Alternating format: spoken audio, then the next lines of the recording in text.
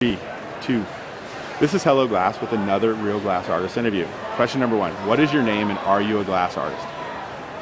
My name is Milon Townsend and I've been working in glass since 1973. Do you consider yourself a master? I'd have to say yes. I'd say that the definition of a master would be something like you're familiar with and good at all the recognizable techniques and methods that are in common usage, and you've been able to take them and innovate and develop a significant new body of methods for doing things with. Your favorite style or type of glass to create with? I started flame working in 1973. I started kiln casting in 2005. They're each good for different things. I do large architectural installations with kiln casting. It's hard to make a 250-pound piece of flame work that you can hit with your fist and just hurt your fist. So flame working I use for highly detailed pieces and smaller objects. Kiln castings I use for large architectural pieces that can be illuminated. What state do you call home for your glass shop? New York State. Upstate New York. I lived in the city for a long time, but now I'm back up near my folks again. Do you own or work under a glass brand or an art name? My name is the brand. How do you spell your name? Milon, M-I-L-O-N. Smilin' Milon. Do you make your living solely off glass art? Yeah, I've been making my living at it my whole life. I do quite a lot of other things, though. I do education materials, I teach classes, I do retail, I do wholesale, I do commissions. It's all within the context of the glass art field. And yes, I do many different things within the glass art field. And it's how I've had as many as 26 employees. Right now I have as few as one and a half, or two. So I've had much larger shops, I've had much smaller shops. But it's always how I've made my living. If you could make glass or collab with anyone living, who would that be? You know, I can. So it's not like I have a wish list. I know we pretty much know each other, those of us who are where we are, and some of us have done collaborations together. Collaboration for me is a little bit more spontaneous than that.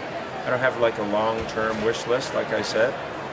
So if something interesting comes up with somebody, there has to be good chemistry for collaboration. So you get to know people over time, maybe you come to a point where it seems appropriate. So I do it as it seems good.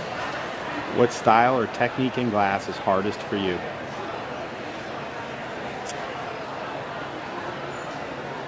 I don't do as much tubing work as I do solid work. I can do it, I do it, and that of it that I do well.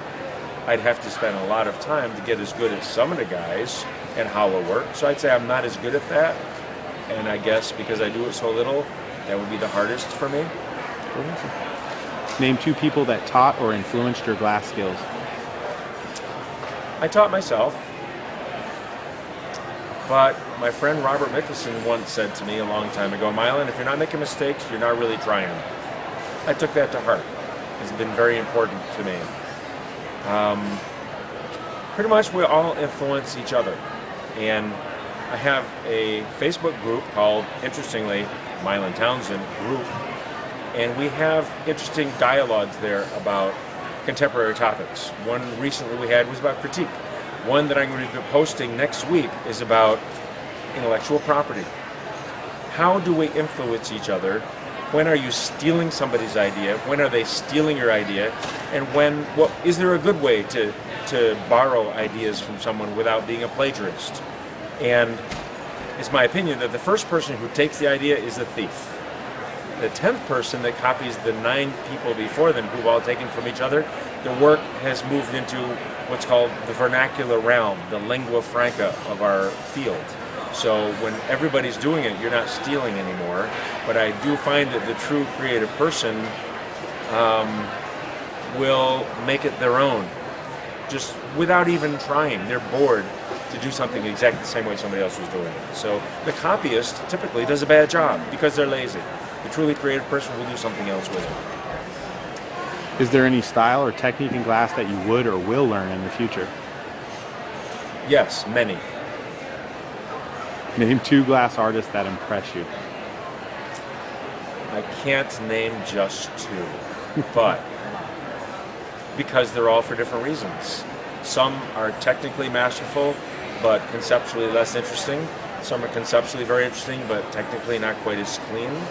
I like the work of Billy Morris. He's number 1 for me. William Morris, who, the dog, retired at the age of 49. If you're not familiar with his work, please look it up. I like the work of Howard Ben Trey. He does some really significant work. I like what Chihuly has done for our field, and I like a lot of what his shop produces, and I like many of those kinds of pieces. I've learned many things from many people. I've learned about color from Swell & Fowler. I've learned about many things from many people.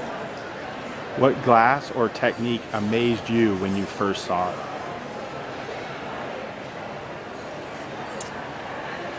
It wasn't really like that. I always liked fire, and I was pleased that the material glass has such a tendency to become fluid and curvilinear. I liked that about it. It wasn't amazing. It was just very, very nice. Worst injury you ever got making glass art? Okay, that's a long list too. I'll say favorite injury.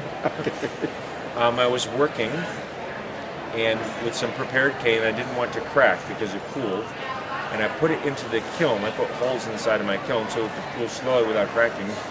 And I didn't realize that the long point on the end had bent around when I put it in the kiln because the glass was so soft. The next day I turned on the kiln to 1125, and when you put something in the kiln it gets dust on it. So I quickly wipe it off to wipe the kiln dust off, and I wiped it off not realizing that it bent around like that. And so the point went into my hand and came out of the hand at 1125 degrees. It was like the arrow through the head joke. It was in here and out there, and it was 1125. That was a remarkable injury and one of my favorites. What do you wish to accomplish in the glass industry? More of the same. Making good work and making a lasting impression in people's lives. And it's my hope that it's not just glass technique that comes through, but something about lifestyle and the way that you interrelate with other people. My hope is that I'm fairly willing to share information. I'm not a very secretive fellow. I'm fairly open to discussion. I'm open to sharing things. And it's my hope that my example will help to set an example for other people so that even without thinking about it so much, in a similar fashion, they become very open and very trusting and very honest with each other. If I can accomplish that, it will have been a good thing. How does a glass fan get a hold or get to buy your artwork? I sell through stores and galleries. I do 2 Renaissance festivals from the beginning of July until the end of October. Where are they located? One of them's in upstate New York, one's in Annapolis, Maryland. One's for 7 consecutive weekends, the other's for the next 9 consecutive weekends. That's a really good place to find me because I'm working all day long and I make things for people all day long. Custom work for not very much money sometimes. I'm here at Glasscraft Expo every year, and I have a table here. I have a studio sale at my house every Thanksgiving weekend, Black Friday. Do you have a website? I have a website, but you can't buy anything there. Facebook? I have Facebook, but you can't buy anything there either. Can they talk to you? They can talk to me. That's a great way to get hold of you. Right. You've got 3 minutes to tell the world whatever you want. Go for it.